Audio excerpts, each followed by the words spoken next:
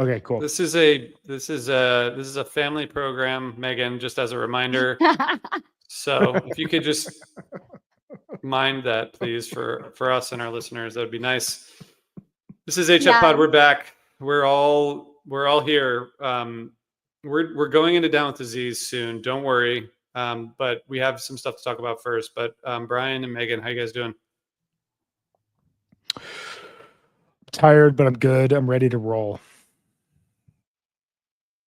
I'm having a bit of a Monday feeling, but I'm ready to be here and bring my third grade polite, very responsible language to the show, thanks to a review where I was called out for dropping too many F-bombs. So I'm sorry to those of you that enjoy my passion, but I'm going to have to find some new vocabulary to express my love for this band. I didn't know this was such a family show, but I'm going to work on that. One of my students today actually said to me, Megan, I listened to your podcast. And I said, oh, you did? He's like, yeah, I listened to it this weekend. It's really funny. And I said, did you hear me curse? Did I swear at all? And he said, no, but my mom lets me hear swear words, so it's totally fine. So wow. If a third grader can handle it, I don't know. I thought we were all adults here, but I'm going to try to clean up my language for those who care about that. I mean, kids in New York are just not the same as kids in the heartland. I think we can all accept that. They have a different standard. Country. You know, it's not God's country. We all know that, like Morgan Wallen said, after being at our show here in SNL. You know, you coming up with more words, to describe your feelings, that is kind of a, that's a challenge for all of us, but it's also an opportunity, Kind of part of the job, isn't it? Kind of. Not for Megan. Megan can just F-bomb. That's right. I just usually say the same shit over and over again and swear just like I just did. So yeah. It's hard for me. I don't know. I feel comfortable here. I do swear a lot in my life. And I don't do it from the hours of 8 to 3 unless I'm talking to other teachers. And I don't know if people know this, but teachers have really bad language. But not when we're talking to students. So I have some self-control, clearly. But I have to imagine your conversations. I have to imagine your conversations in like the teacher's lounge are similar to like a waiter's conversation about a certain table when they get back into the kitchen, and just like, 1,000%. Oh my God, that fucking asshole who just keeps asking for me to fill up his coffee every time. I can see that you just took one sip. What do you need it as hot as, that sort of stuff. Like, exactly. We just call them out and call them out. We need it. We need a place to vent, to escape. And I really like that I have this dichotomy of, a side of myself that's, a third grade teacher and does the right thing all the time. And then there's a side of me that's not that. So here I am acting out that side, but I'm going to give it together. Let's see if I can go a whole show without saying. The good news is we got a bunch of new reviews, and we got great reviews. And so thank you all for leaving us reviews. Keep leaving us reviews because they're entertaining and helpful. Megan and I are going to be at Garcia's in Port Chester, New York this Thursday before the Reprise show. We are going to be talking about the Island Tour live on stage. We're going to have a couple of the guys from Reprise talk about the Island Tour with us. So it's going to be fun. If you're coming to Garcia's, make sure you come early to check that out. And we'll release the audio of it at some point. We don't know when. At some point when we need to.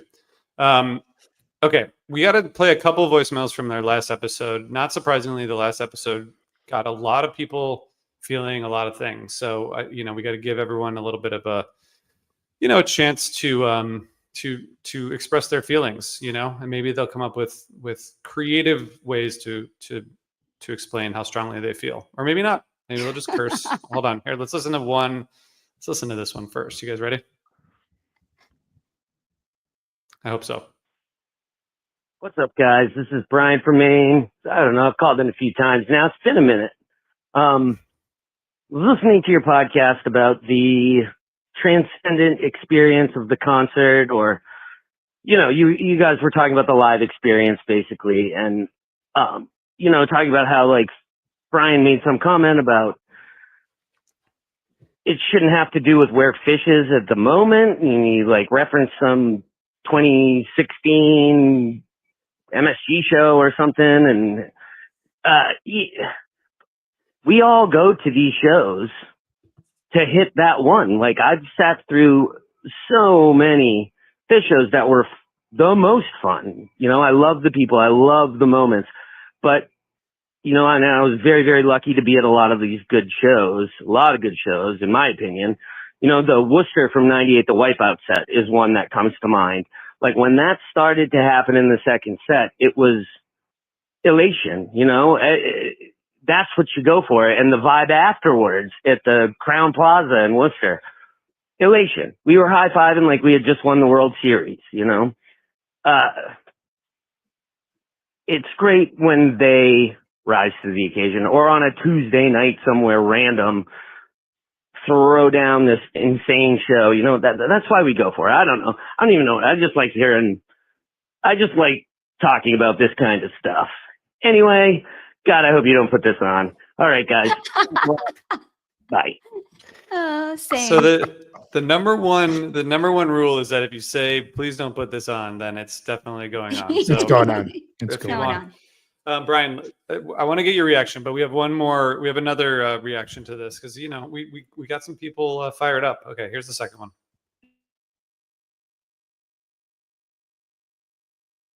It's gonna happen. Don't worry. Hey, HF Pod, this is Adam in Austin here, long-time listener, third-time caller. I am calling in regards to Do You Have to Be There to Get It? A really interesting podcast episode y'all just released. And I got to admit, sheepishly, I'm the kid in the back of the class raising their hand who wrote a rude comment, uncalled for, along the lines of, reviewing shows without being in the room is so 2009 or something like that.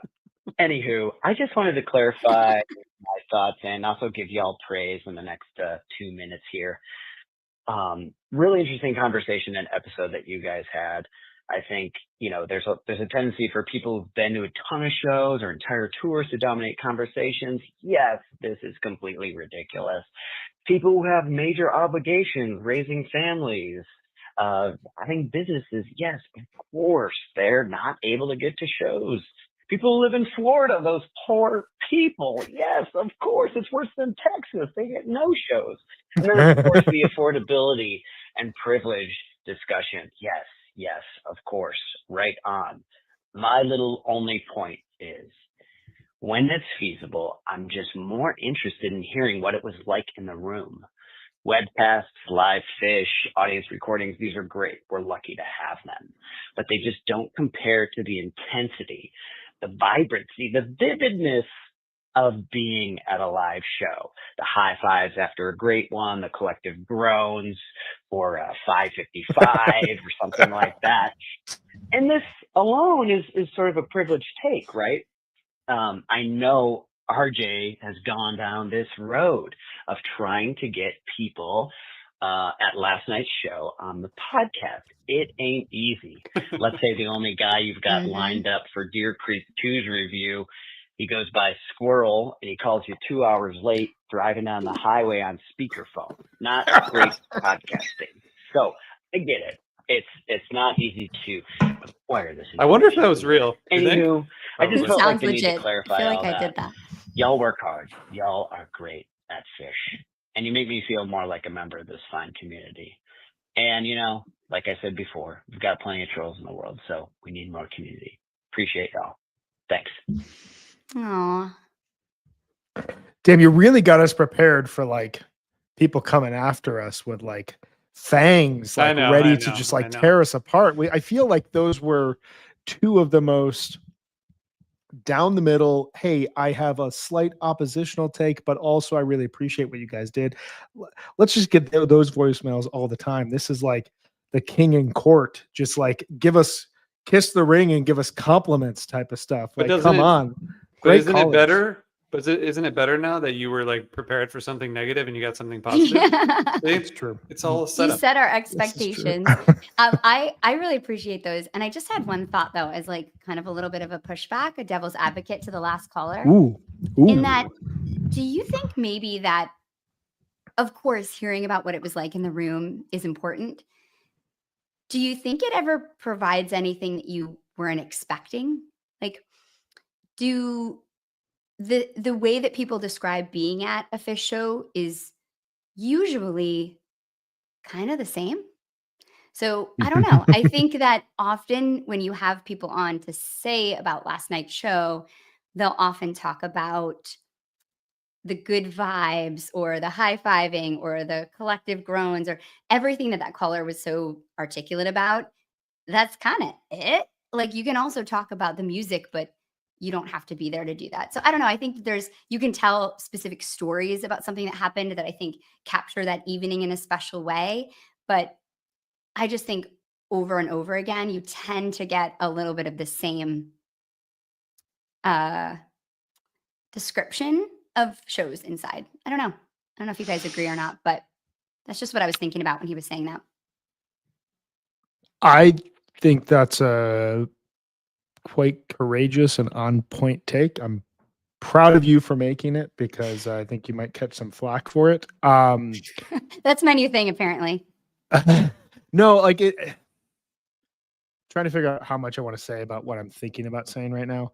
I think that the most the most the kindest way I can say this, the most judicious way I can say what I'm about to say is there's a reason we stopped doing like a lot of those like quick hits because I think we found that you can get more into the meat of the bones of what a run meant when you discuss it in full or when you discuss like a week of a tour and like, okay, what happened across these 6 shows rather than like Divided Skies started 4th song of the first set and the vibes were sky high because the sun was out and it was beautiful and like or the sun was setting and it was beautiful, which I I'm sure someone there like felt and that really meant something, but like that doesn't totally communicate like the music. And I think to both of those callers, like they made really fair points about the joy of being there, which I think we all made very clear in our episode that like we're not going to stop going to Fish shows. It's just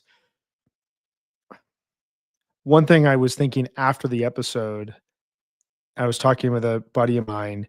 I was lucky enough to be at the Fuck Your Face show. It's my 28th Fish show, and I always joke that it was the first great Fish show I ever saw.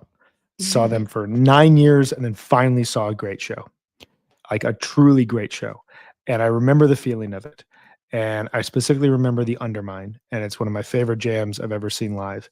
And then I remember 2 years later, I was at a buddy's house drinking beers late into the night, and we put that jam on. And he asked me if I'd ever noticed the wood block. And there's a point in the jam where Fishman starts hitting the wood block, and the whole jam then shifts and operates and like moves around it. And I had never noticed it. And he was not at the show. I was at the show. And it's not as though like I'm bad at Fish, he's better at Fish, whatever. My point is just like someone who wasn't there noticed something that like elevated the jam for me years later that made a great moment that much better in hindsight because I had someone else who was able to be like, hey, you should hear this or like check this part of it out. So I only say that as like, yes, the in the moment intensity, you can't totally mimic that on the couch, but like the music appreciation, I think you can 100% appreciate, like get on the couch. Yeah, and when Jambase asks me to write a review, if they ask me for a show that I'm at, I have a much harder time doing it.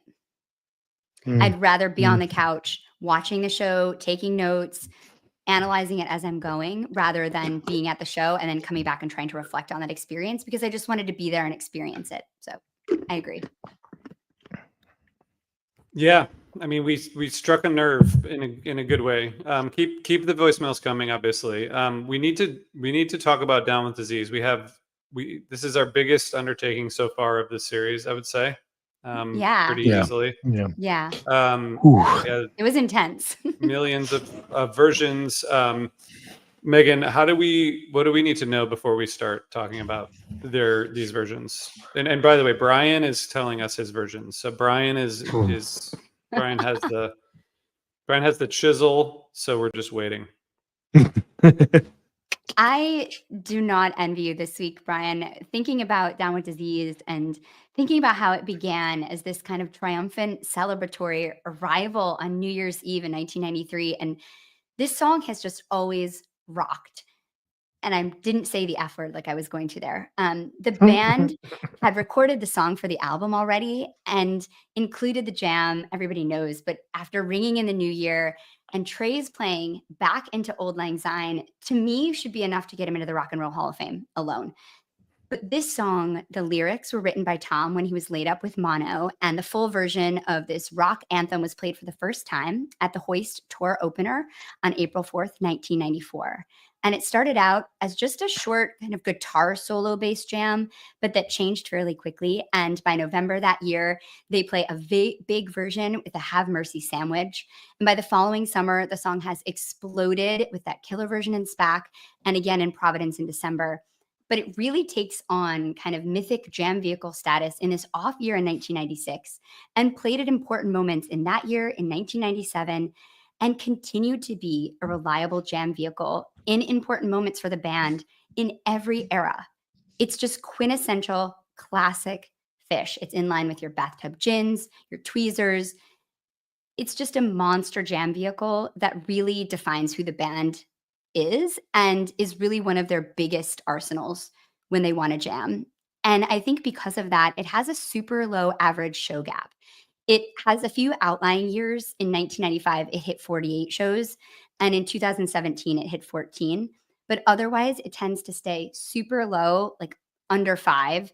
And the biggest show gap in 4.0 was 10 shows. So they play it all the time. It's been played 330 times, and it has 108 entries on the jam chart. So 32% likelihood of jamming, which is absolutely huge. So Brian created a list of 30 top HF Pod versions, and I don't know how you narrow this down to 4. I did it too, but it was with a lot less pressure. So I'm super excited to see where we go with this, because this to me, I don't know why it felt harder than Bathtub Gin, but maybe because I guess Bathtub Gin has been jamming in all eras too, but this one just seems to hit even in the off years in really strong ways. Yeah, and I think the biggest comparison I can make with this one thus far is Bathtub Gin. In terms of like the intensity of the series, we've got a few heavy hitters coming by year's end that is going to mess with everyone, especially RJ doing Possum. I can't wait for that one.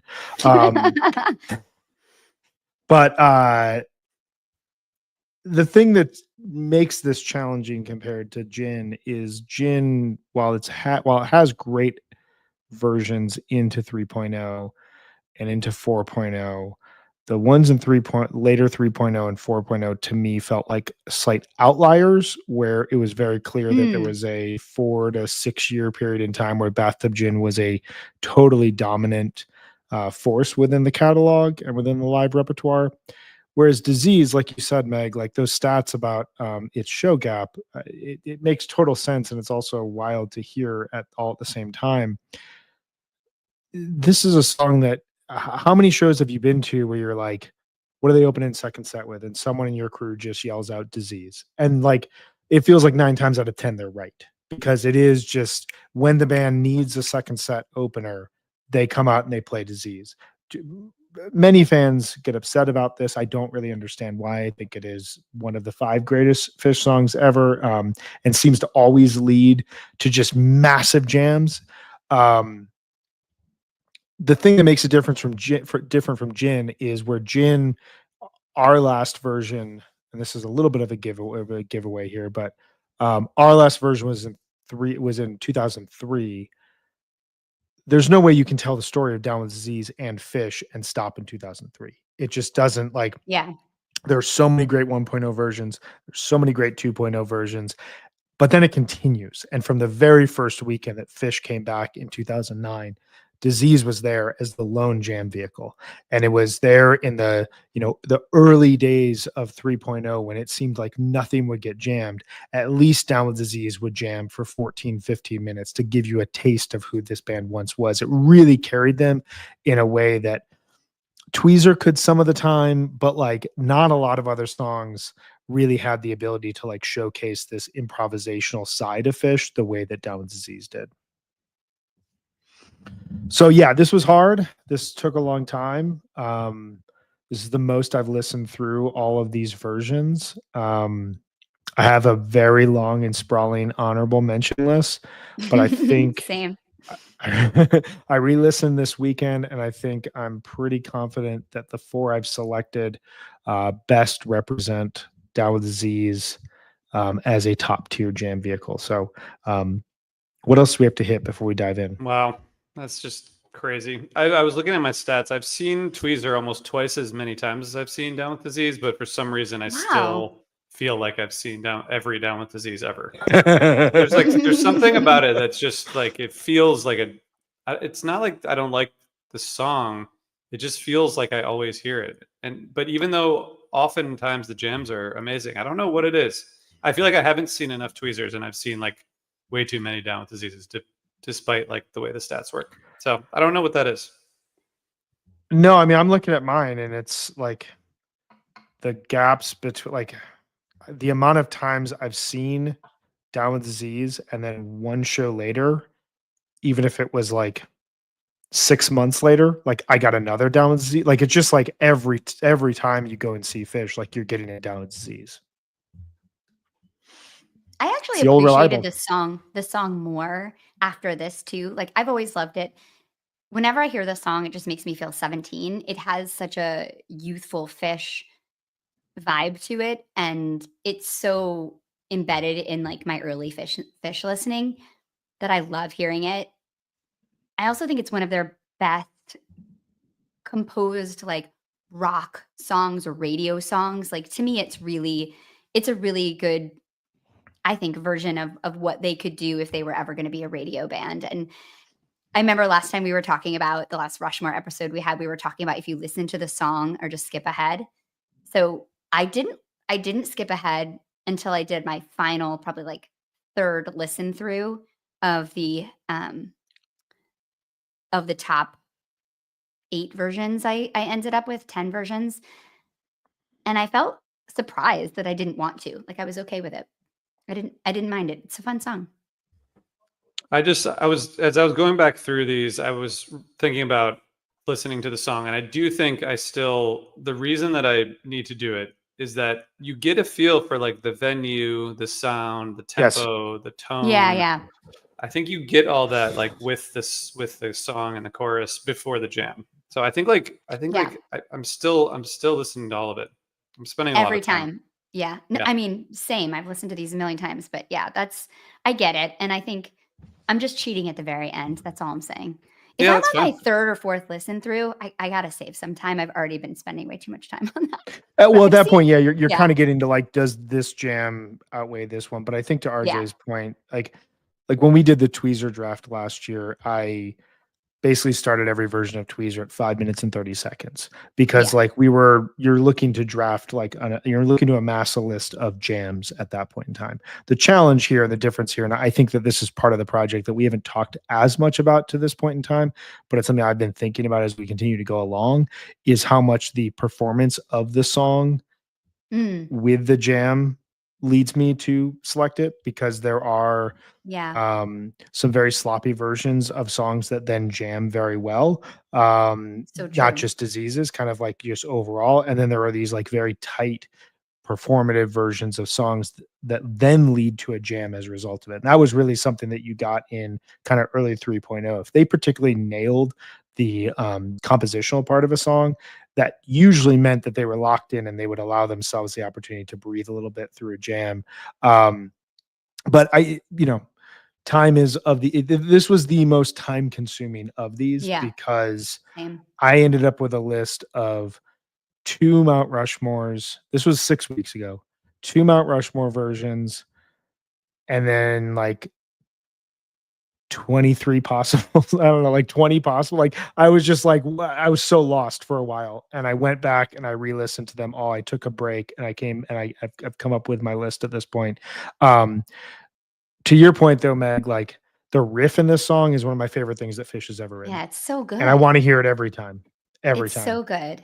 I was just looking, I've seen this at 20% of my shows, which feels about right.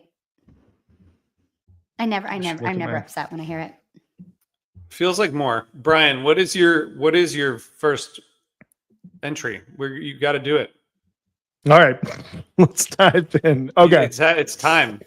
it's Everyone's time. waiting. Okay, We have our Everyone's friend in waiting. Texas who's almost at work, and we need to hear it.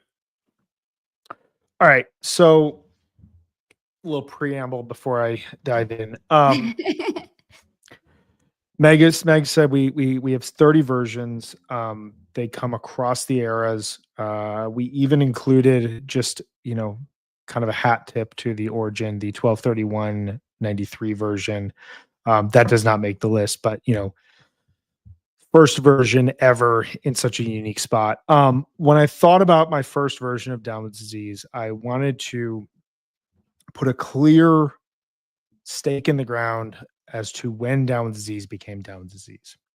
Now fall or spring and summer 94 have these like very tight booming versions. They don't totally seem to know where to play it. It's a lot of like midway through the first set. That starts to expand, like Meg said. By the fall, we get the Kent, Ohio, I think it is that version from 1112. We get one of my favorite jams ever in SPAC 95 and then in Providence 95. Two versions I considered putting on this list. I did not because I felt as though as the as the song evolves, the things that they say in both of those versions are said better later. Specifically the SPAC one. It was the last one to fall off of my list. It was a truly heartbreaking moment.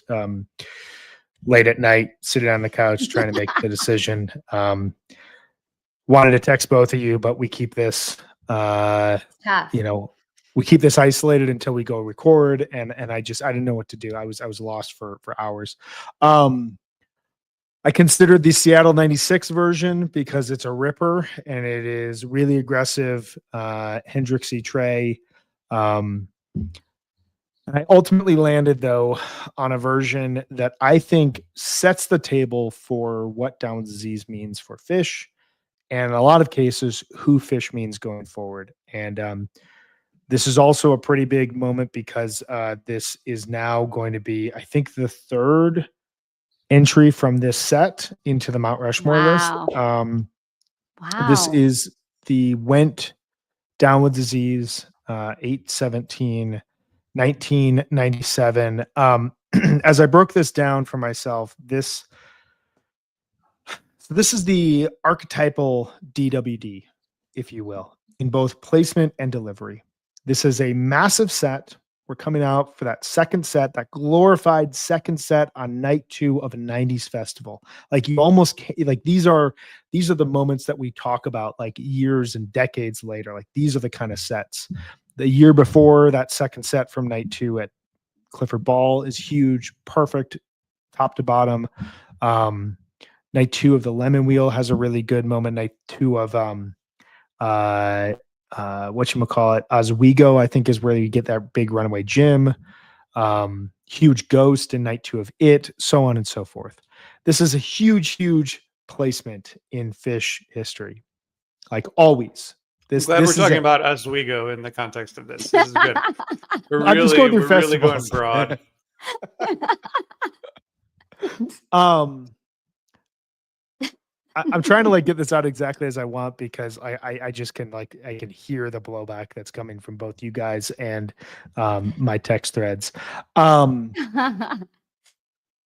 This also then expands into a 27-minute long jam that has 70s miles funk. It gets into weird, like,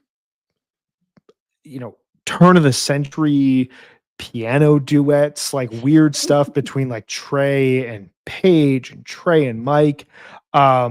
It's totally expansive. It has no rails, and it really sets the tone for what Down with Disease will be. It will be a song that, when in doubt, we are going to open a second set with this song.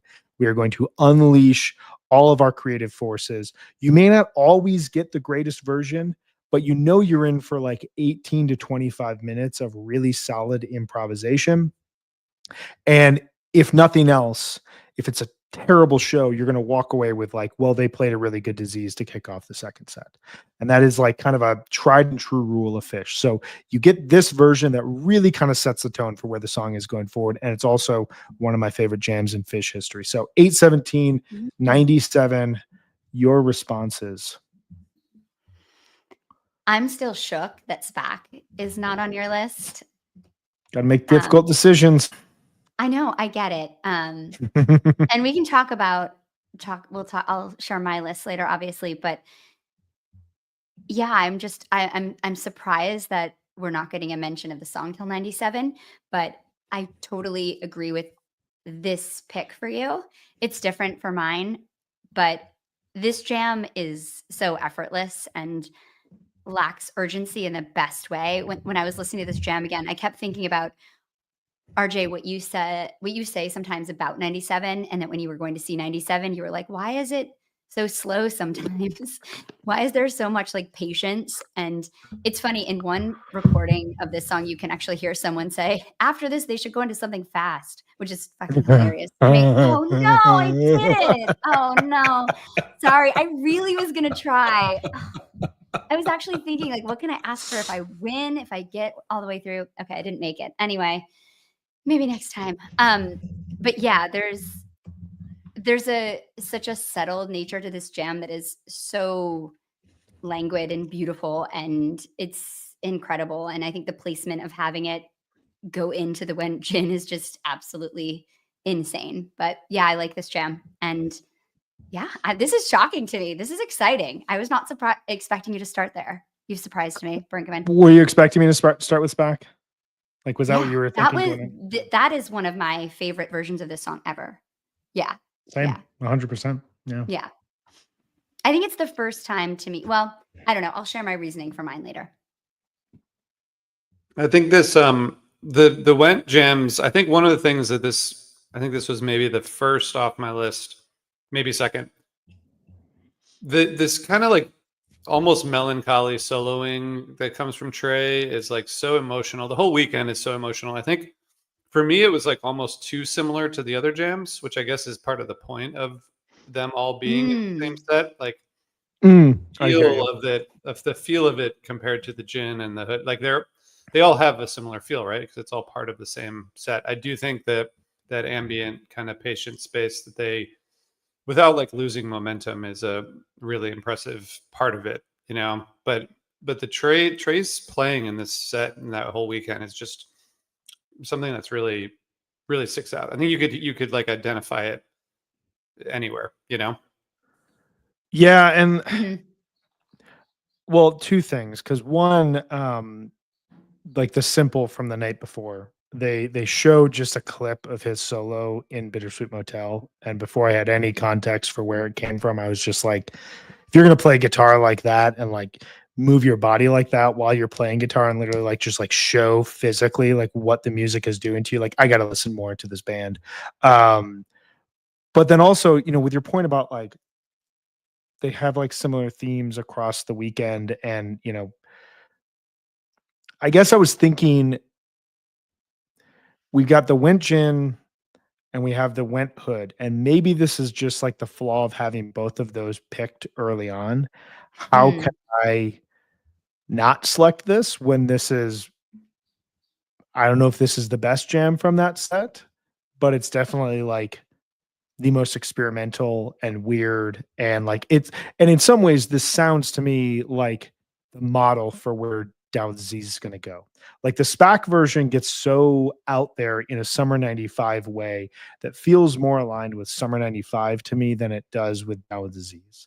This has that like chunky funk groove that comes out of the song that you're going to hear up until today, like the way that they leave Down with Disease and go into the jam. And then on the back end of it, we get into kind of like the post-peak weirdness. Like that structure kind of comes into Fish's jamming in summer and fall 1997. And while some aspects of it have changed, like Page doesn't get on the clav the same way, Trey doesn't initiate start-stop jamming the same sort of way, but like that overall structure that emerged in summer 97, I think is still with Fish and is most like, you hear it clearest in Down with Disease, where like if you hear a really good disease that doesn't really break the norm, it kind of sounds rooted in this disease to me.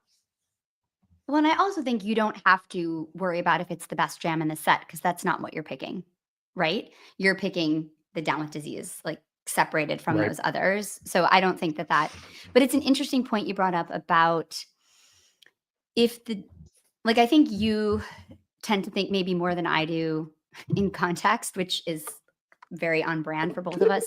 But I think that when I look at these, sometimes I'm thinking about the jam in isolation of the song specifically and where it's going. I'm just thinking, how dynamic is this jam? Is this jam stop me in my tracks? Is this jam doing something this song hasn't done before? Not necessarily like, does it set a trend for what it's going to do in the future in a way that I think maybe you do, which is cool. I think that's kind of the diversity of how you select these, which is all of us do, which is cool. Well, it's going to be interesting to see is this on either of your lists? No. Nope. Wow. All right, here we go. We're off to a great start. Mine. Yeah. I think mine are not going to be on. I bet 3 of the 4 of mine are not going to be on either of your lists. I know one of mine isn't going to be on either of your lists. We're about to find I'm out. very curious to hear if anything goes on. I know. All right, let's go to Brian. number 2 then. Okay, so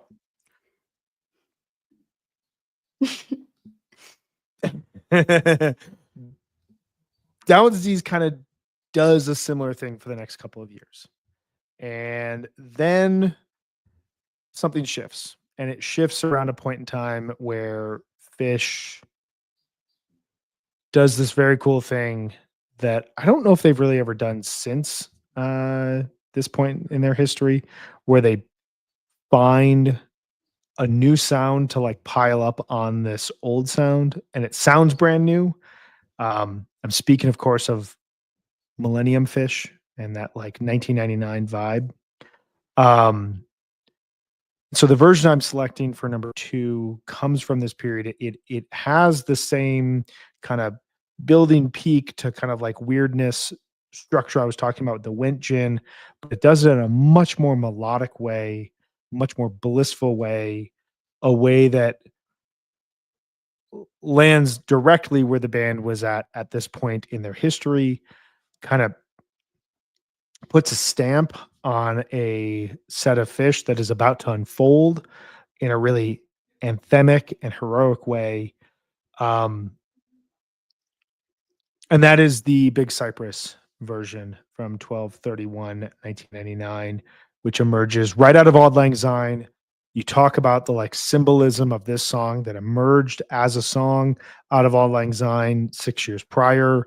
Here it is in all of its glory as the Big Fish Jam vehicle, this song that has gone from this skronky, this like 8-minute power punch rock like hit in the middle of a set to kind of a skronky jam vehicle midway through the decade to this like giant funk monster in like 97 and 98 to here airy blissful. We're talking like Fish channeling the band Spiritualized right now.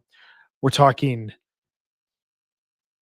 the closest Disease could sound to like a Goose Jam, where it's basically built on like a just like hovering groove and like Trey just playing beautiful melody after melody after melody, and like writing songs in the moment, and it just builds and builds and builds for like it's like 23 minutes long before segueing perfectly into Llama. I mean, this is a jam that where this played in any other set, I think it's going to get a much greater recognition than it does even here. And I'm not saying it's super underrated. Like people love this, rightly love this song or this version. But this is this to kick off 7 hours of music. You put this as like the start of a 90-minute Fish set, and I think it's a completely different conversation for a lot of the fan base. I always go back to this. I think that it's just like super crisp, really beautiful, really uplifting, and it really showcases this versus the Went version, the diversity of what the band could do in the late 90s in a period where the further and further we get from it, the more and more we hear kind of samey qualities. Like you really hear how different this band was across a 2.5-year period in time, because this jam does not happen in summer 1997. So we get both the diversity of Disease, but also like this, holy crap, like this song can do this. It can sound this pretty, this airy. I'm super into it. I will pause, let you guys share your feedback here. I mean, I think it's no surprise that the band chose to kick off this set with this song. And that's what I was talking about in the beginning with them choosing to play this song at really important moments. I think leading off into this set, I can't even imagine what the band was feeling at that moment. It's just such an undertaking. And to start with Disease, it says everything you need to know about the song and how important it is to the band. I think this jam's amazing.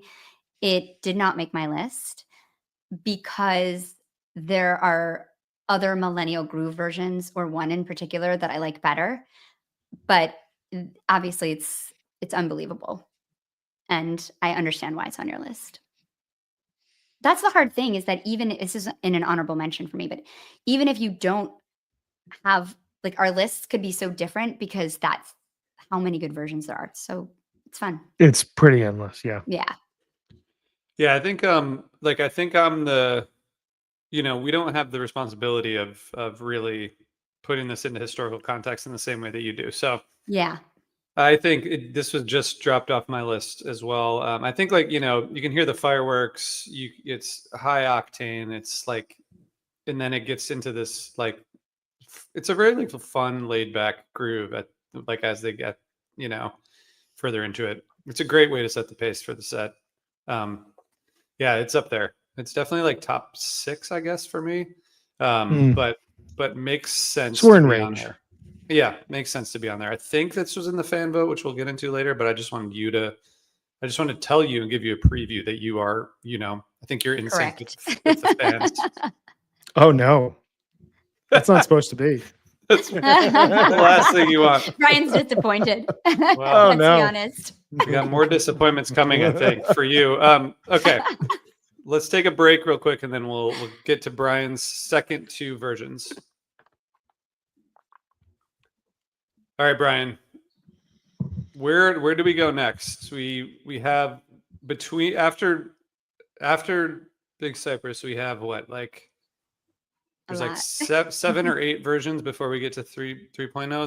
There's some late 1.0, and then there's some 2.0 in there, and then we pick back up in 3.0 at Hampton. So we kind of cover everything time-wise. But where are you taking us next? Well, I'm still a little sour over this piece of feedback from our first Rushmore episode, where it was what is it? Well, it was a listener called in and suggested that the Nassau gin was selected because it's my favorite era of fish. Oh, right. And I bring this up because I had a very difficult decision to make here about 2.0 diseases. I think that it was one of the stronger jam vehicles of the era. I saw one of the greatest jams I'll ever see in my second show ever in 2.0. I love the way that the effects and the griminess of Trey's tone during that period really complements Disease and turns it into this kind of swamp creature type jam. You get a lot of really cool 15 to 17 minute long versions throughout the era. You get it in a lot of really interesting places, and then you get these big monster jams. But as I was listening through this whole list, I was considering Disease. We talked about this earlier, the song represents so many eras of Fish that I really had to pick and choose here. And I ultimately opted for no 2.0 versions because none really stood out to me as being a placeholder for what this song means to Fish, and said that's kind of something extra about what a Disease jam means to Fish history. So, we're not just picking stuff here because it's our favorite eras. The goal here is to pick the best versions, which is what I'm trying to do, which I will return to. The Nassau gin is one of the 4 best versions. I'm sorry people don't agree with that, but this is not because it's my favorite era. There's no question. So I'm just putting it on the record here. If anybody accuses you of not thinking this through and just doing it by your favorites, then they just don't know you at all. Sometimes you just have to say it, just to, come over and hang out with me when I'm trying to put together these lists. We'll talk through it. I'm sure you'll be super interested. So the next battle became, well, like I said earlier, 3.0, early 3.0 was very, very thin on great jams. Disease was always a regular contributor, and it was there when in doubt. And one thing I'll just say, kind of as an aside, I was struck. I had not listened to this version as much. I was really struck by how great the 3809 version is. I would highly recommend people check that out. That was not in consideration for my top 4, but it is my honorable mentions because it's a legitimately great jam. From there, I went to 6311, Great jam. which is a beautiful jam, a very, very important jam in Phish history. That was one of, at some point we'll do like a series, I don't know when, but on like the most important touch points between Hampton 09 and the Fuck Your Face show, because there's a lot of like stuff that just has been totally forgotten. That was like the most important thing that had ever happened in this band's history because it represented they were coming back. And that was one of those. Ultimately that fell off because the next version that I selected kind of builds on the melodic interplay of the DTE version, the Pine Knob version, and it coalesces it into this kind of hose jamming that has always been essential for Phish and has always been kind of Phish at their best. They can experiment with the best of them. They can take chances and take risks, but there are these moments where the clouds part, everything comes together, and the band is creating a new song in the moment. And almost no place has this happened better than the Reading, Pennsylvania version from October 29th, 2013. One of my favorite riffs in Phish history. It is always stunning to me that, especially at that era, Trey was able to lock in and throw this riff down that's like 2.5 minutes long. It takes you in peaks and valleys. It's emotive. It's celebratory. It made us all think that they were covering Eat a Peach 2 nights later for Halloween. So it had that like big Phish lore element to it. It kicks off an incredible set of Phish history. So again, another one of those just like, boom, plant your flag. Like Disease is taking us to the higher ground, if you will. I love this version. I'm going to pause and let you guys share your thoughts here. 10/29/13, Reading Disease. Yeah, this is our first alignment. This Ooh. had to be on there for me. Had to be on there for me. This is maybe, and maybe this is wrong, I might get in trouble for saying this, but to me, this is the most narrative jam out of all the Down with Disease. It flows from dark to light in just an absolutely seamless way. I think you spoke beautifully about it, but the giant hose peak and then the not fade away vibes with like the organ in the end, it just sounds so rich and soulful. And this jam never really left my list. This was definitely on there from the beginning and stayed. And they did it early 3.0. That's so cool. As you guys know, I just finalized my list about an hour ago.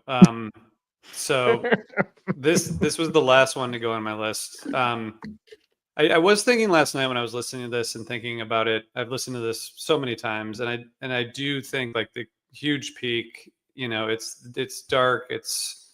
It does follow that narrative of kind of like peak 3.0 in a way where you start to get these jams that are, by 2015 they become almost predictable in terms of how the jams evolve. But this was at the beginning of that, really, and I wonder if it's slightly overrated. I put it on my top 4, so I don't overrate it, but the context of the Halloween lead up, this tour, this the online chatter about Phish had never been as big as 3.0.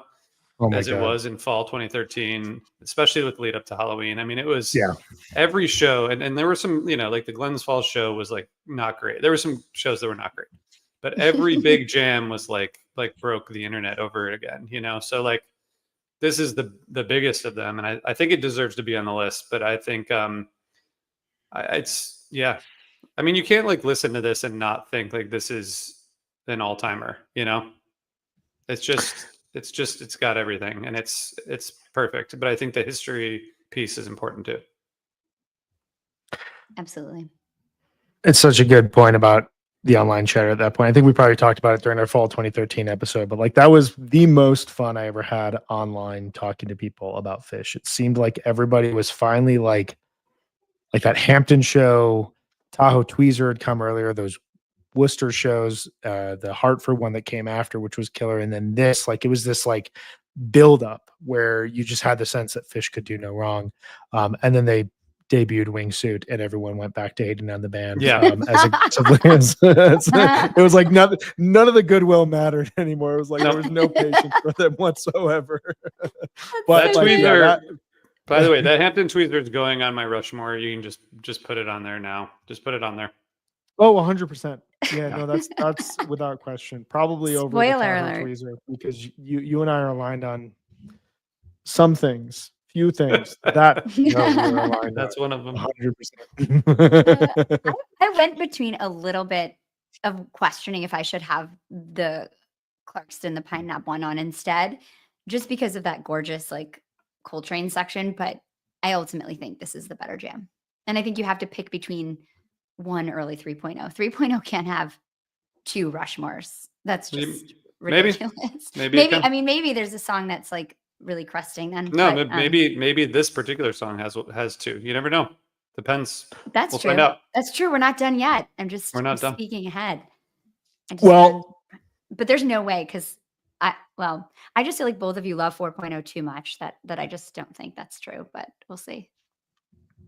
Well, it's a great transition because like I was saying about like I'm just looking at our past versions, or our past songs that we've done here.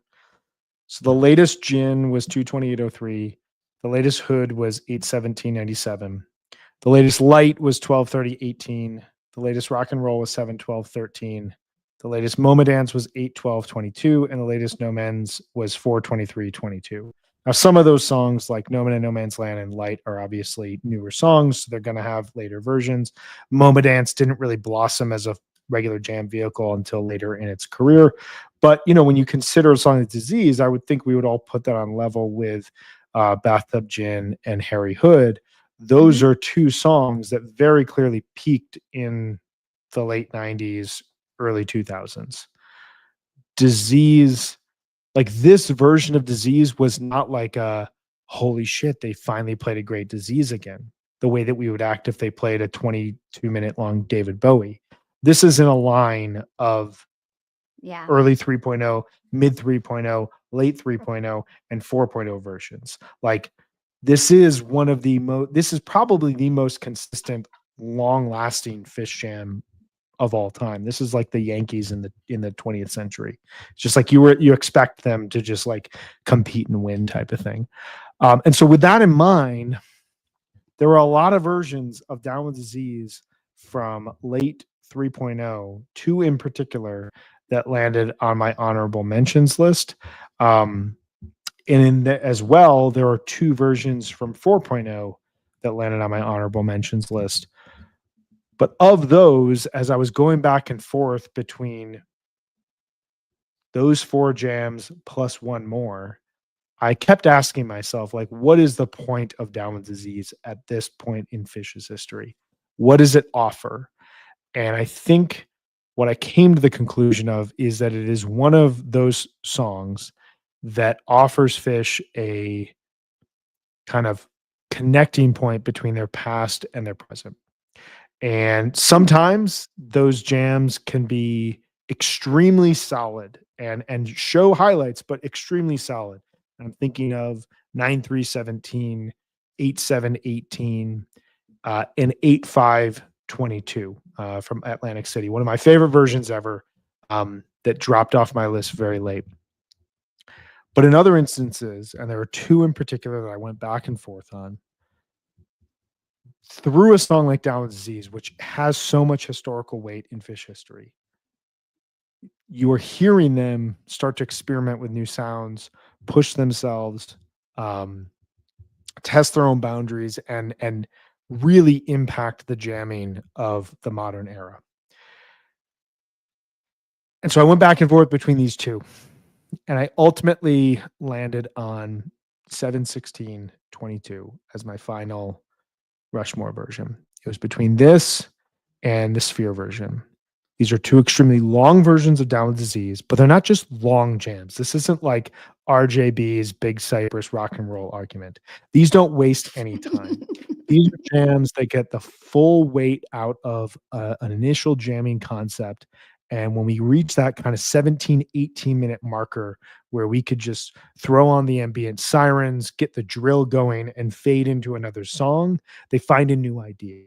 But they don't just find one new idea, they find multiple new ideas, and they keep exploring and they keep pushing each other. And in both of these versions, you hear each band member kind of like egging the other person on and saying, like, should we keep going? Should we keep pushing this? Should we keep trying?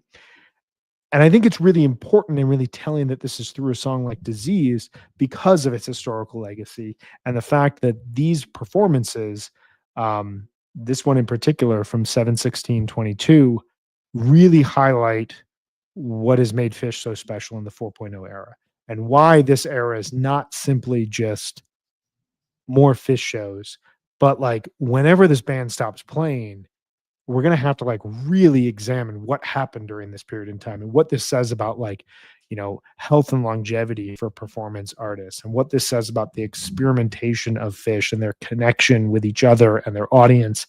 And I think it's all wrapped up in this. So like maybe I'm putting too much context into it, whatever. This is my list. I get to do whatever I want. And that's how I chose to approach this.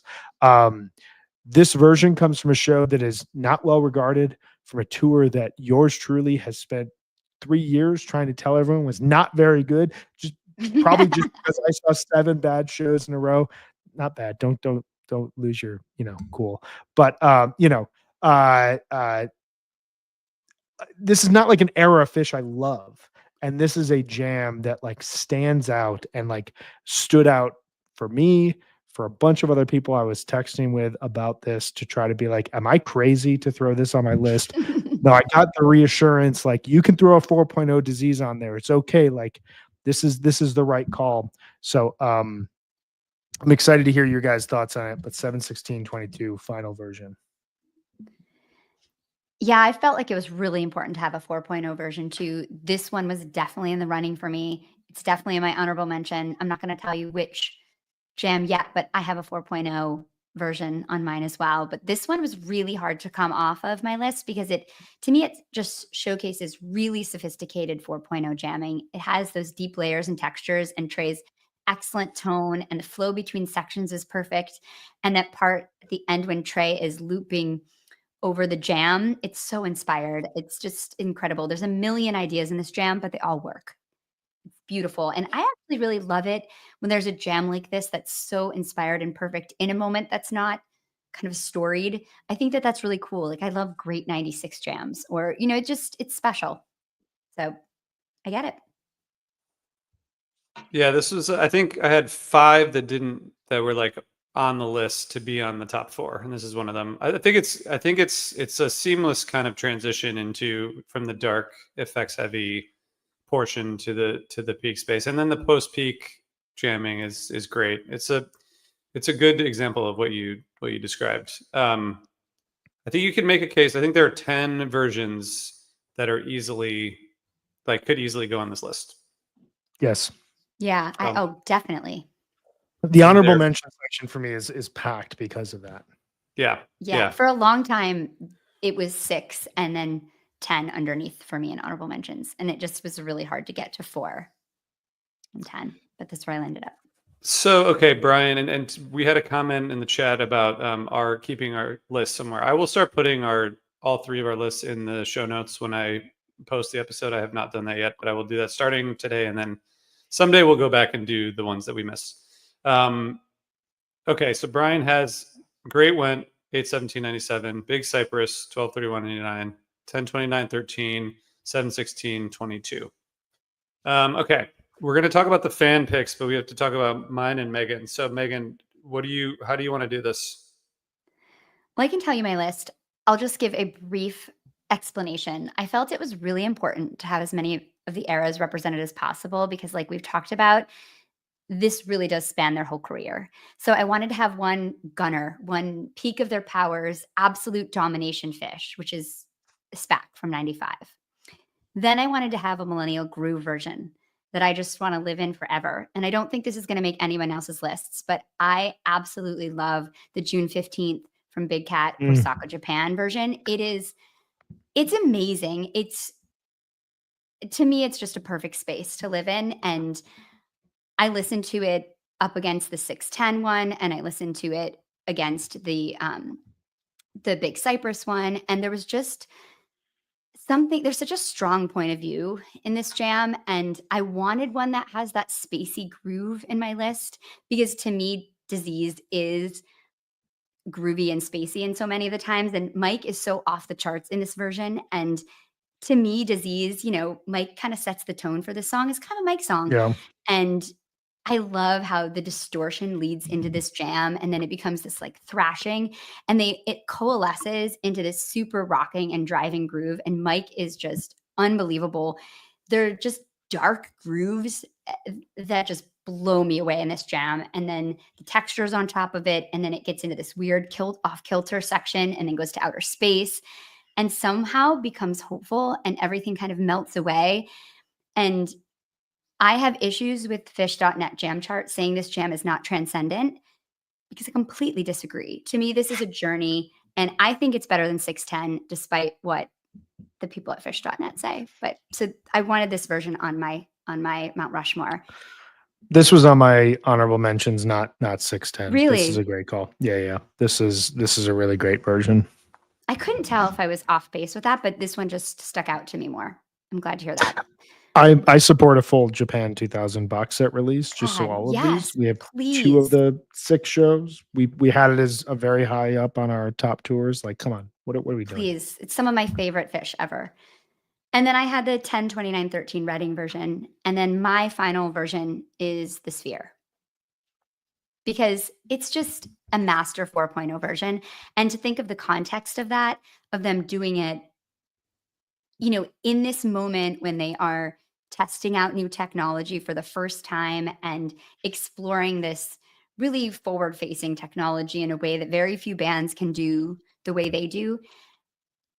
It's incredible to me that they were able to jam like this in that sort of situation. I just think it's incredible. And the way that Fishman pushes this jam forward too, I think you have to have a jam that really centers Fishman because he's the other person that just pushes down with Disease always. And this, just the way that this builds to the peak and then explores after and like wildly careens at the end. It's so crashing and hard driving. And the way that it's just so drumming, they're drumming so hard and Trey is just shredding over it and there's loops. It's just fist pumping music. Like this is the kind of version you're just like, you hear it and I don't even fist pump, but I do to this song. Like it's just killer. The argument of like, what if Fish kept,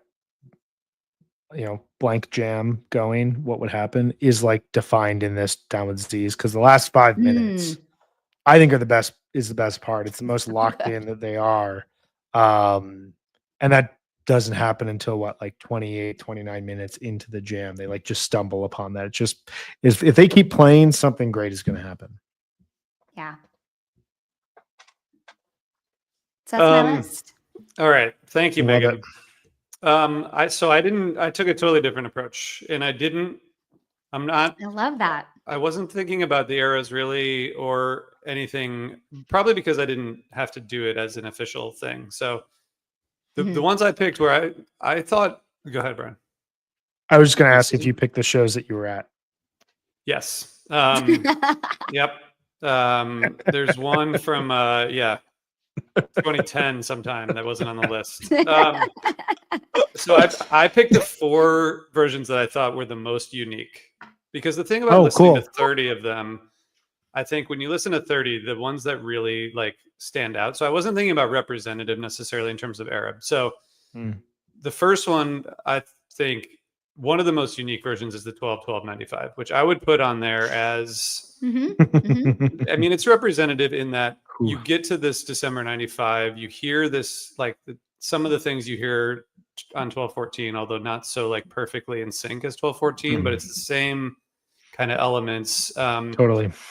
Like halfway through that jam, or a third of the way through that jam, Paige like starts getting on the organ, and then it kind of like resets everything. And then they go, I mean, there's so many things that happen in here. And then I think 23 minutes into it or something, they get into this like galloping groove into like 10 minutes of ambient space. Nowhere to go, no hurry, but like very, I mean, that's a unique adventure, that one. Oh, I love this Yeah. one. This is like I fall wanna- 95 goodness. Yeah. I wanted to figure out whatever way I could to have this on my list. I'm so thankful that you put it on yours. I love it. Yeah, we needed it. It's a good one. The second one is I overlapped with you, Meg, on 6/15/2000. I mean, this is Wow, this I is feel so validated. I didn't know you this guys is would some have this. criminal. This is some criminal shit. This fish.net comment on this. This is It like is a crime. it's It a is crime. a crime to say And that's we- not transcendent. And like, we what will are you be gonna do? we will be talking to the Jam Charts officials on this podcast at some point. It's in the works. Our people are talking to their people. It's a lot. It's a lot. But this like the millennial groove, like you said, Meg, but like the kind of repetitive chord jam, you know, with the sirens, everyone's going nuts. It like gets more intense, and then like the spooky, crazy space shit Trey is doing at the very beginning, like that kind of layered soloing, you know, that just like sets it into this direction that is, it's just like so fiery and so fun. And yeah, I mean, like there's like you said, Megan, there's like a 4-minute version of this in the middle there that could just be like, it could just be like your soundtrack for your life. I totally agree. Did you mention, or did you intend this, that they shade on both the 6/15/2000 version and the 12/12/95 version in the jam chart notes? I don't remember. On that one too. Similar to 12/12/95, it's very exploratory, but perhaps not transcendent music. I didn't even realize that. That's so amazing funny. connection. Well done. And also, how is 12/12/95 not on Live Bait or Live Fish? Like you have to listen to that on re-listen. So I mean, same with Big Cypress, but like, Where is criminal. 12/12/95 play? Is that Providence? Yeah, Providence. And Reprise I actually think just they- covered that show. I think they just don't play Rhode Island anymore, so it just never makes like live a bait. Bait. Yeah. Yeah. Yeah. But yeah, we need an official release of this because it is not a very good audience tape, and there's a lot going on under the surface that I'm sure if we got the soundboards, we would hear. So the third one, again, criminally underrated, I think, even though maybe, Brian, you said it's a milestone in Fish history. So maybe it's not underrated, but according to the fan vote, it's underrated. But I mean, I think the 6/3/11 version is, I can't think of another jam that sounds like this. Like, and there is like the, you know, the stuff toward the end, but Mike's playing early on, really melodic, like really dynamic. He kind of like, when Mike's like playing like he's in an indie rock band, that's like one of my favorite directions. And then Trey like comes out of kind of like the ashes of this with a really cool melodic riff, which with like the perfect amount of effects on it. And then Mike comes on with that bass line and then mellows into this like crazy atmospheric jam. I mean, I can't think, I can't think of one because I listened to 30 and none of them sound like this. It's just a really like, it's a really unique jam. And I think it's really special. I struggled taking this off my list. It was really hard for me because I love the way this jam sounds. The segue into Fluffhead is like, it's like, we were talking about this with stories, how stories end and how it should seem, what was the quote, RJ? It should seem unexpected. Surprising, but inevitable. That's how that segue into Fluffhead sounds. Surprising, but inevitable. You hear it and you're like, oh my God, is that Fluffhead? Of course it is. Like, it's so perfect. It's jazzy Fish for the win. Yeah, and I mean this one also, I think to your point about the uniqueness, like they'd been playing a little bit of a softer, more melodic approach in their jamming and just kind of overall in early 3.0. And this was the first to really showcase what that could look like in a 25-minute long jam. And so like there's a really just like a proof of concept of that what they were doing was right and it comes out of disease. But I think Mhm. if this is being forgotten by listeners and this is losing in the fan vote, I think it like backs up my idea I said earlier that we need to do a series about the most important moments of early 3.0 because I'm starting to become jaded about this. Like we were there, like I was there listening to every single show that was not as high quality as what we all knew Fish could be. And these moments, like they meant everything and they helped push this band forward. So I'm going to start working on that for 2028. 2028. 2028. I love it. It's going to be a big year. And then my fourth version was 10/29/13, as I mentioned. So I don't know. I did the Sphere version was one of the first to fall off. I had 8/17/97 and 12/29/97 rated higher, I think, like numbers wise than 12/12/95. But I went back and I don't know. Maybe it's just too much. Maybe I've had too much 97. I mean, we've spent a Is lot. that possible? We spent a lot of time in It's 97 sad. over the Yeah, years, yeah. with good reason. When we brought Megan on, we like basically had to dedicate an entire year to 97. It's like, well, I haven't talked about it, so There you go. Well, you Blame it guys, on I want me. to hear you guys go through honorable mentions. I'll just first say the fan vote was 8/17/97, 12/31/99, Mhm. um, In line with Brian. This is shocking. 12/29/97. Sorry, I'm going in order of number of votes. So chronologically went 12/29/97, 12/31/99, and then a tie between SPAC 95 and Reading 13. So Ooh, so we couldn't even nothing get a out of clear 4. 1.0? Nothing out of 1.0. Oh, no, No, 13. Sorry. Yeah. you mean Okay. 3.0? Yeah, Yeah. nothing's had. But that's the only one out of 3.0 is the 13, the Reading Yeah. show? The Sphere Wow. would be next on the list. Yeah, Reading was Wow. last on that list. Wow. Yeah. 12/29/97 is not one of my favorites. That went off very quickly. Maybe I should revisit that, or maybe not. Maybe I'm right. I don't It's think it know. not was on my just honorable Um, mentions either. I think it was on mine. It was one of the first ones to drop off. I think that it's just that the run was just incredible. You know, it's Right. a propulsive run. Everything is just it's hard to like describe in any way other than like it just never stopped. You know, that whole run was You just had to be incredible. there. Yeah, Had to be there. how it goes.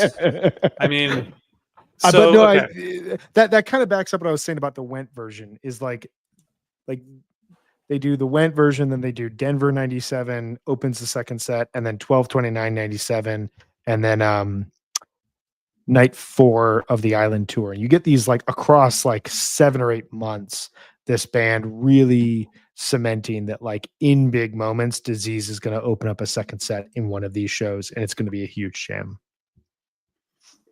So out of our 12 picks, we had nine versions entered among 12 picks between the three of us. So That makes sense. that's You a said lot you of thought there'd diversity. be like 10, right? Yeah. So that makes a lot of sense to me.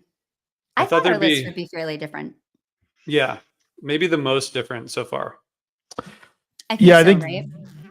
I think this is wildly. I mean, some of them have had like only 9 or 10 selections. So like That's true. It's harder to have us Sure. overlap. Yeah. Ev Dude shouting out one of like the all-time shows that just needs an official release because it absolutely smokes. And yeah, you're right. Like that is a killer Disease. Second song of the show. Unbelievable stuff. Did not make my list, but unbelievable. All right. Do you want me just to go through my honorable mentions? There's a lot. Yeah, you guys go ahead, Do and it. Megan, you jump in. I don't. We're gonna cover all 30, eventually. So you guys just Mm-hmm. you guys go ahead. So I've got 13 honorable mentions. Yeah, I think that's right. So I'll just do a quick run through. SPAC 95, Providence 95, Seattle 96. Seattle 96 was one of the last to fall off because it really kind of sets the table for 97. I did think it was if I was going to put a 95 one on there, I kind of wasn't going to have this start with a 96 jam. It just symbolically felt Totally. not like the right approach. And then 615 2000, 718 2003, and 82 2003. These are kind of that millennial groove 2.0, late 1.0 vibe of disease that I would have loved to have had in there. I felt those Cypress best exemplified those. 3809, 6311, 122913. We have not mentioned this. RJ, I'm going to let you talk a bit about this as well because I know it means a lot to you. This is the thank you. We wrote that disease in the intro. The band giving the nod to only playing their originals during the MSG 2013 run. Doesn't really leave disease, but just like builds, like it really shows the power of that room, if you will. The return is triumphant. And then 9317, wild wall of sound disease, 8718. Man, just incredible 25-minute long jam at Camden. And then 8522, which I mentioned, and 42124. Yeah, a lot of overlap. I had the Wentgen honorable mention. I did have 610 2000 just because that jam rules. I had 81410 from Alpine, the 6311 from Michigan, 123012 MSG, 122913 MSG. Those two definitely gave others a run for their money. The 9317 Dix, killer, 8718 Camden, the 71622 banger that Brian had on his list, and then the 8522 from AC. Because I love that jam. It's so good. What a riff from Trey. It's just, I was there too. And the fact that it's like the middle of the second set from that killer set from the first night of AC. Oh, it's set rules. I think you came the next night, but it actually like really, really ripped. And it was just such a fun moment. That was one of our first like, big summer tours when I was on the pod, and it was just so exciting. It was such a fun weekend. We did like a live event both days at the Ardmore. I slept like 2 hours both nights because I would get up and prep for our live event the next day. It was just really exciting, fun time, but it's so dramatic, and I love that jam, and it's got that pretty delicate ending. Yeah, it almost sounds like they're like underwater for like a period of it. It's got some, yeah, that did not, I think that one, there were a couple, I listened to 817 a couple times because I was trying to figure out if I liked it or not. There's like a lot of Leslie vibes in that jam, you know? Oh yeah, that's repeating. Summer 18. It was everywhere. And they kind of like come back to it. Yeah. So I think you guys have mentioned all the ones I had. That Trey tone in that jam in Camden is so good. Yeah, it's really good. I do think the 122913, it's a really good version, but I think that listening to these in chronological order, like after you listen to Reading and then you listen to the MSG version next, it's just like a less good version of it. So it's kind of hard to like separate it for me. I was like, that was cool, but not as good as the one I just listened to. So like, I guess that's that. Yeah, and I think that version is almost in line with what you were saying about 122997 in that it more indicates a big run than like stands on its own. Like that disease into Carini in that show is such a huge moment, whereas Reading is kind of like you can pluck that out and just listen to it in isolation. Yeah, that 122913 is stunning though, how it cracks open midway and gets like super deep and introspective with those like darker edges. Yeah, but I agree, the Reading one is better. The only thing I just the 11/27/96, I feel like I always don't give enough credit to the last 2 months of that year, and that's a good reminder. That jam, you know, it's really pretty different from my understanding of 96 overall, and that's not their fault, it's mine. I do think that like perfect Remain in Light, like pre Remain in Light version. It has that like, yeah, they just are hitting that like cow funk. It's like the birth of it. And they have that like Jesus Just Left Chicago section. It's cool. It's really I mean, everything after Halloween was very rhythmic, you know, and I think you can just feel that in those jams. The It version is really good. I think that's there's like, you know, so grungy and weird and quiet, but there's also like a contemplative space in there. That's a really good version I probably hadn't listened to a lot before that. Like so droning and druggy. It has like Yeah. a drift to it. So watery and effect heavy. It's that 03 vibe. Yeah. I'm into it. Don't worry, RJ. We will get some it jams on Rushmore. Okay, Just good. promise. Don't you worry at all. We already got a few. Brian, do we have another Rushmore coming We up? do. Oh my goodness. Next week we Oh, yeah. are going to be back. Meg is going to lead us through another huge fish song, another huge fish jam vehicle. Meg, you want to tell the audience what we're going to be covering? I think we're doing 2001, right? We're doing 2001. Yeah, one of my favorite songs to dance to. Can't wait. Just It's like gonna be No really Man, fun. just like MoMA, my stuff. We don't have This like is a your ton of stuff. versions, so we'll be able Yeah. to. Everyone will be able to prep for this one. It's not 30. It's not 30, 35, 40. I think we have 11 versions selected. And it is an interesting one because a lot of these 2001s rely on a similar groove and a similar approach, but have subtle differences that make them very cool across the eras. I'm excited to talk about it. Yeah, it's going to be really fun and just exciting to do a little bit of a smaller song. This Down with Disease was really intense. I think it took over my life for a little bit. And I'm glad we had 2 weeks to do it, or it would have been really, really hard. So I think this will be a little bit smaller, and I'll make a playlist. And I continue to email people playlists. So you can just message me and I'll email them to you, because Blue Sky and Instagram does not like these live fish playlists. So I may be swearing too much on the pod, but I am emailing people playlists that I'm making. So I think, Wonderful. caught me a little slack. I almost made it the whole episode. Maybe next time. I only did one though, so I feel proud. Although a little disappointed too. Definitely proud of you.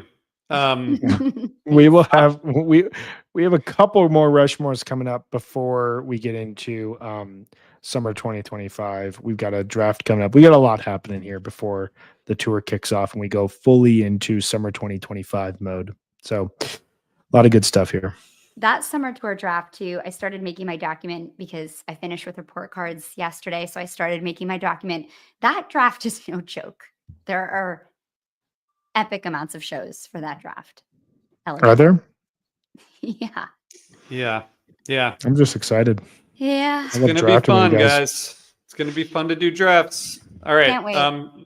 So we'll see you guys next week for our 2001 Rushmore. Maybe we'll see you Thursday at Garcia's, but keep the reviews coming and keep the good vibes going, guys. That's all we got. Is good vibes. So it's everything. Let's keep It's the everything. vibes. Let's keep the vibes going. All right. Do we have any live tour dates this summer? Good question.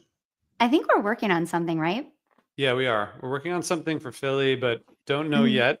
But I will try to do something. Yep. We're going to Good try to do commitment. something. That's a When are the Philly We shows? have Never mid-July. mind. Yeah, never Can mind. you do? I think I'm going to try to bring my daughter, and I would love for her to go to her first fish show and go to an HF Pod Live event. I don't think she'd be very impressed, but it would still be cool for me. So I think she would be impressed. thanks. She just said, I'll go if I can get an outfit. So I said yes. Great. Well, there we go. It's just like me. I don't know what to Priorities. All right. Okay, guys. We'll see you all next week. Thanks for tuning in. That was fun. See y'all next week. See you guys.